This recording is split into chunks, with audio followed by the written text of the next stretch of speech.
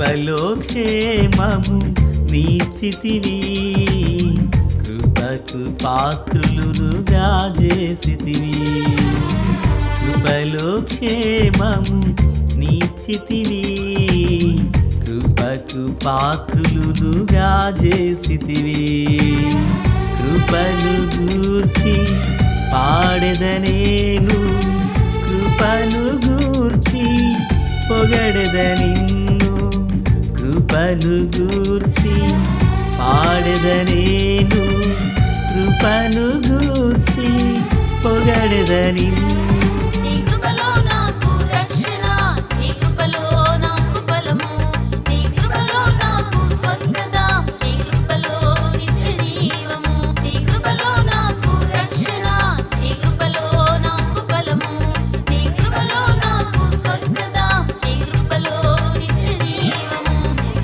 కృపలో క్షేమము నీచితివి, కృపకు పాత్రులుగా చేసితివి.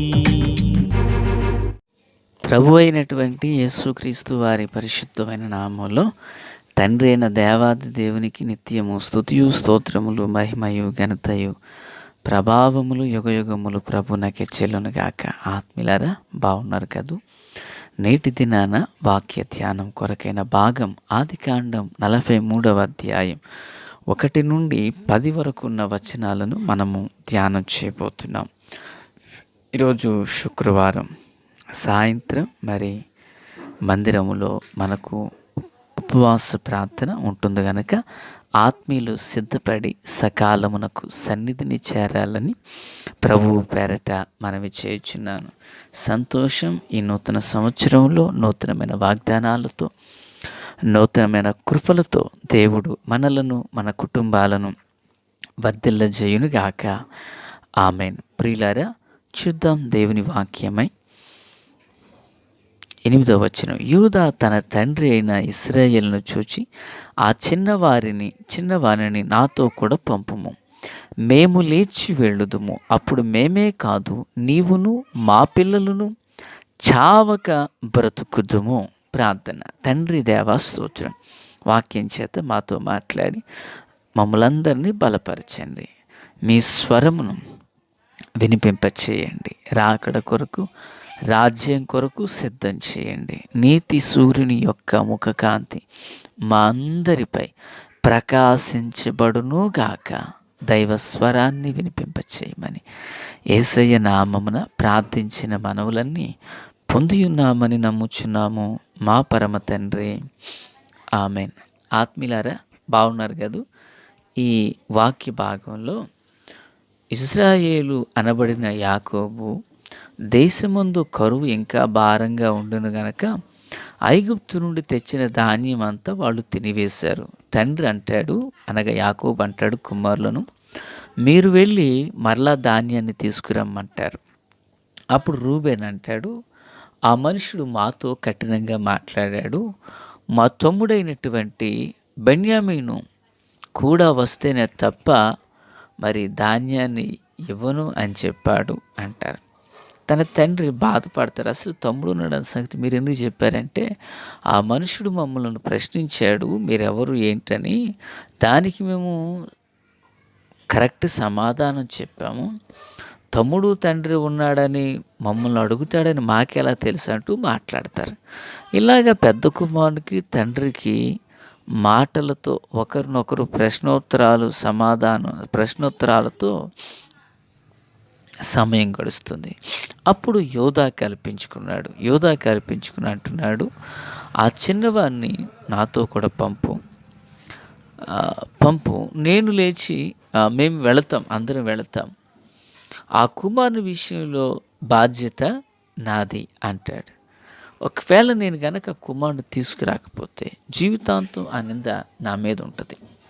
కానీ నువ్వు గనక పంపిస్తే నీవు మొత్తం మా పిల్లలు కూడా అందరం కలిసి భోజనం చేయడానికి, బ్రతుకుడానికి మేము ధాన్యాన్ని తీసుకొస్తాము అని తెలియపరిచాడు. ప్రియులారా, అంటే ఇక్కడ యోధా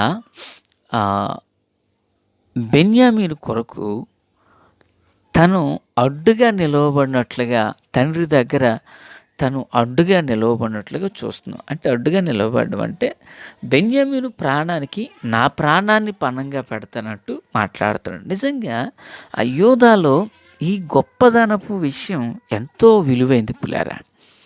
అంటే చూడండి, యోసేపును గుంటలో త్రోసినప్పుడు కూడా రూబేన్ అంటాడు, ఒరే ఆ చిన్నవాడిని మనము ఎలాగన చేస్తే ఏం ఉపయోగం, వీడిని గుంటలో పడేసేద్దామంటారు. గుంటలో పడేసేసరి అయితే యోధా ఏమంటాడు, ఇతన్ని తీసి అమ్మేద్దాం, ఇతన్ని చంపడం ద్వారా మనకు వచ్చేది ఏమీ లేదు, వాటి ప్రాణం తీయడం ద్వారా మనకు కలిసి వచ్చేది ఏముంది, రక్తపరాధం మన మీద పడడం తప్ప, మిద్యానీయుడికి అమ్మేస్తే మనకు డబ్బులు వస్తాయి అంటూ చెప్తాడు. అంటే యోధా డబ్బుల కొరకు అమ్మేశాడా లేదా తన ప్రాణాన్ని కాపాడాలనే ఉద్దేశంతో చేశాడా అంటే మనం ఒకటి అర్థం చేసుకోవాలి. ఇక్కడ బెన్యామీను విషయంలో తన ప్రాణాన్ని పణంగా పెడుతున్న యోధా యోసేపుని ఎందుకు చంపాలనుకుంటాడు? చంపబడబోతున్నటువంటి యోసేపును కాపాడాలనే ఉద్దేశంతోనే అమ్మేయమన్నాడు. పిల్లరా, ఇప్పుడు ఇక్కడ బెన్యామీను విషయం ఏమంటాడంటే నా ప్రాణాన్ని నేను పణంగా పెడతాను అంటూ మాట్లాడుతున్నాడు. గమనించాలి, ఒక బెన్యామీను తనతో కూడా ఉంటే కనాను వెళ్ళి ధాన్యాన్ని తీసుకొస్తాం, మనమందరం తిని బ్రతుకుతాం, కనుక ఈ విషయంలో నా ప్రాణాన్ని నేను పణంగా పెడతానంటాడు. పిల్లరా గమనించాలి, యోధా చరిత్ర అనేది మనకు కొంచెం మనం ఎరిగి ఉన్నటువంటి వారమే కదా. యోధా 38వ అధ్యాయంలో తన గూర్చి కనిపిస్తుంది. సో దానికంటే తనలో ఉన్న లక్షణాలు చాలా శ్రేష్టమైనవిగా కనిపిస్తుంటాయి. పిల్లరా, బెన్యామీను ప్రాణానికి నా ప్రాణం అడ్డుగా పెడతాను, నేను వెళ్ళి ధాన్యాన్ని తీసుకొస్తాం, మేమందరం వెళ్ళి అంటాడు. అంటే ఈరోజు దేవుని పిల్లలుగా దీన్ని మనం ఎలా తీసుకోవాలి? తన సహోదరుడు కూడా తీసుకెళ్తాను, మనమందరం భుజించడానికి వెళ్ళి ధాన్యాన్ని తెస్తాం. పిల్లలు అర్థమవుతుందా? ఒకవేళ తనకేదైనా జరుగుతుందా, నా ప్రాణాన్ని నేను పణంగా పెడతాను అంటాడు. ఈరోజు జీవాధిపతి అయినటువంటి తండ్రి అయిన దేవదేవుని సన్నిధానంలో దేవుని బిడ్డలుగా మనం నిలిచినప్పుడు మన తోటి ఉన్న వారిని, రక్త సంబంధికులను ప్రభువుకు అప్పగించేవారు ఎంతమంది? అక్కడ బెన్యామీన్ అంటాడు, యోధా అంటాడు, బెన్యామీని విషయంలో నేను అడ్డుపడతాను, ప్రాణానికి నా ప్రాణం అడ్డు పెడతాను అంటాడు. పిల్లరా, ఈరోజు నశించిపోతున్నటువంటి ప్రజల పట్ల మనం ఇలాంటి విధానాన్ని గనక అలవరుచుకున్నట్లయితే, పిల్లరా, మన ప్రాణానికి దేవుడు బదులుగా ఆత్మల్ని ఇస్తాడు. ఈరోజు రక్షించబడిన ప్రతి ఒక్కరూ రక్షణ లేని వారి కొరకు యోధా వలె ఒక ప్రయాస గనక మనం చేయగలిగితే, మన ప్రాణాన్ని అడ్డు పెట్టడానికి, అంటే మన ప్రాణం తీసుకోమని దాని ఉద్దేశం కాదు. ఈరోజు ఎన్నో విషయాల్లో మనము త్యాగం చేస్తుంటాం. అమ్మ కొరకు, నాన్న కొరకు, ఇంటి వారి కొరకు, గర్భాన పుట్టిన బిడ్డల కొరకు మనల్ని మనమే ఖర్చు చేసుకుంటాం. పిల్లరా గమనించండి, ఈరోజు ఎంతోమంది తండ్రులు, ఎంతోమంది తల్లులు తమ బిడ్డల కొరకు తమ ప్రాణాన్ని సైతం లెక్క చేయకుండా వాళ్ళు పనిచేస్తుంటారు. అద్భుతం అండి. ఎందుకంటే దేవుడిచ్చినటువంటి ఆ మమతానురాగాలు, ఆ శరీర బంధం, రక్త సంబంధం ఎంతో విలువైంది. నేను దాన్ని కొట్టివేయట్లేదు పిల్లరా. అయితే ఈ బాంధవ్యాలు అనేవి కొన్ని సంవత్సరాలు ఉంటాయి. ఒక మాట చెప్పాలంటే ఈ శరీరంలో ఉన్నంతకాలం ఉంటాయి. అయితే ఈ శరీరమే ఒకానొక రోజున మనం కష్టించలేనప్పుడు ఆ ప్రేమ ఎంత గొప్పది అనేది ఆ రోజు తెలుస్తుంది. కరోనా కాలంలో అందరికీ అదే తెలిసింది కదా. అయితే దేవుని యొక్క ఆత్మీయ బంధం, ఆత్మల సంపాదన, పరలోక రాజ్యం అనేది శాశ్వత కాలం ఉండేది. మరి ఈ విషయంలో మనం ఎంత భారాన్ని కలిగి ఉన్నాం?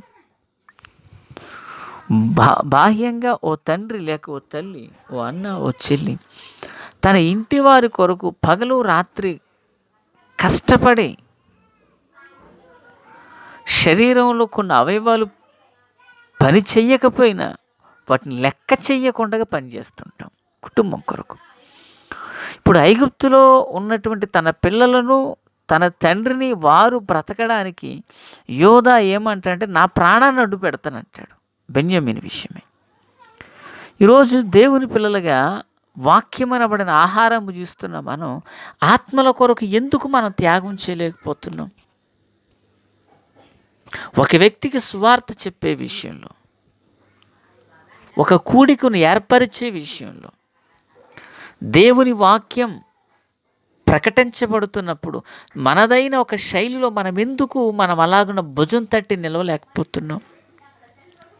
పిల్లరా, యోధాకు పెళ్ళయింది, భార్య పిల్లలున్నారు. పెళ్ళి అయింది, భార్య పిల్లలున్నారు. కానీ కనానులో ఉన్నటువంటి యాకోబు సంతతి ఇంటి వాళ్ళందరూ మరియు యోధా పిల్లలందరూ కాపాడబడాలంటే కొంత ధాన్యాన్ని తేవాలి. దానికి బెన్యామీన్ అవసరం. ఆ బెన్యామీన్కి ఏదైనా హాని జరిగితే ప్రాణానికి ప్రాణం, నా ప్రాణం అడ్డు పెడతాను అంటున్నాడు. ఈరోజు పరమందు దేవదేవుని యొక్క సన్నిధానం లెక్కింప సఖ్యముగా ఆశీర్వాదాలు ఉన్నాయి మన కొరకు. ఆయన యొద్ద మనకు కృప ఉన్నది, ఆయన యొద్ద మనకు విమోచన ఉన్నది, నిత్య రాజ్యం ఉన్నది ఆయన దగ్గర. మనం తేవాలి. రక్షించబడిన మనమే ఆ పరలోకాన్ని లోకానికి పరిచయం చేయాలి. యోధా వలె మనం కష్టపడితే ఎంతమందిని మనం ప్రభు కొరకు సంపాదించగలుగుతాం? ఒక యోధా వలె మనం ప్రయాసపడితే ఎంతమందిని మనం దేవుని యొద్దకు నడిపించగలుగుతాం? పిల్లలు, మీరేమనుకుంటే మాట చెప్తాను, మనలో స్వార్థం పెరిగిపోయింది. సాకులు చెప్పడం మనకు అలవాటు అయిపోయింది. ఏంటో తెలుసా? స్వార్థం ఏంటి? నేను రక్షించబడ్డాను, నా భార్య, నా పిల్లలు, నా వరకు నేను ఓకే అనుకుంటుని అక్కడితో సంతృప్తి అయిపోతున్నాం. ప్రియులారా, అన్ని విషయాల్లో సంతృప్తి పడు, భక్తి విషయంలో సంతృప్తి పడకూడదు. నా వరకు నాకు చాలే అనుకుంటున్నామే తప్ప, ఒకవేళ చెయ్యాలని ఎవరైనా ప్రోత్సాహపరిచి నాకెక్కడికి తిరుగుబాటు అవుతుందండి, నాకెక్కడ ఖాళీ అవుద్దండి, నాకు పని ఉంటుందండి, నాకు వ్యాపారం ఉంటుందండి, నాకు వృత్తి ఉంటుందండి అని చెప్తున్నామే తప్ప, మనము తగినంతగా మన మనస్సాక్షి చెప్తుంది నువ్వు చేస్తున్నది దేవుని పని, మరి సంతృప్తి కలిగిస్తున్న మన మనస్సును అడిగితే చెబుతుంది. పిల్లరా, కొన్నిసార్లు మోసలా సాకులు చెప్పేస్తున్నాం, కొన్నిసార్లు స్వార్థంగా నా వరకు నేను క్షేమం కదా అనుకుంటున్నాం. పిల్లరా, అలా వద్దండి. అద్భుతం ఏంటో తెలుసా? యాకోబు బెన్యామీని పంపించాడు. యోధా మాట్లాడిన తర్వాత యోధా బెన్యామీని తీసుకుని తన సహోదరులందరూ వెళ్ళారు. ఐగుప్తు దేశం వెళ్ళి విస్తారమైనటువంటి దాన్ని తేవడే కాదు నా పిల్లరా, తన తండ్రిని కూడా అక్కడ తీసుకెళ్ళడానికి వాళ్ళు బళ్ళును తీసుకొచ్చారు. దేవునికి స్తోత్రం. చూసారా దేవుని చిత్తం ఎలా జరుగుతుందో వారి ఎడల? ఒక యోధా వలె మనం అడ్డుగా నిలవబడాలి. అంటే దేవుని మందిరానికి వచ్చే వాళ్ళని ఆటంకపరచమని కాదు పిల్లరా, వారి ప్రాణం కొరకు మన ప్రాణం పణంగా పెట్టేవారిగా మనం మారాలి. వారి రక్షణ కొరకు రక్షించబడిన మనము రక్షణ పాత్రను చేతిపట్టిన వారిగా మనం మారాలి. యోధా ప్రాణానికి ప్రాణం నేను బదులుగా పెడతాను, వెళ్ళి ధాన్యం తెస్తానంటున్నాడండి. ఈరోజు దేవుడిచ్చినటువంటి ఆత్మను కలిగిన మనం, అదే ఆత్మ కలిగిన ప్రజలను ప్రభు యొద్దకు మనం అప్పగించడానికి ఎందుకు వెనకాడుతున్నాం? మంచి మనస్సాక్షితో ప్రభు పాదాల చెంత ప్రార్థన చేసుకుందాం. ప్రభువా, మీకు స్తోత్రాలు నాయన. ఓ యోధాలో ఉన్నటువంటి భారభరితమైన ఆత్మను మాలో పెట్టండి నాయన. అయా, మీ కృపా బాహుల్యంలో మమ్మల్ని దర్శించండి. ప్రభువా, మేము కేవలం బోధించి వారుగా ఉండక దాన్ని అనుసరించే కృపా భాగ్యం మాకందరికి దయచేయండి.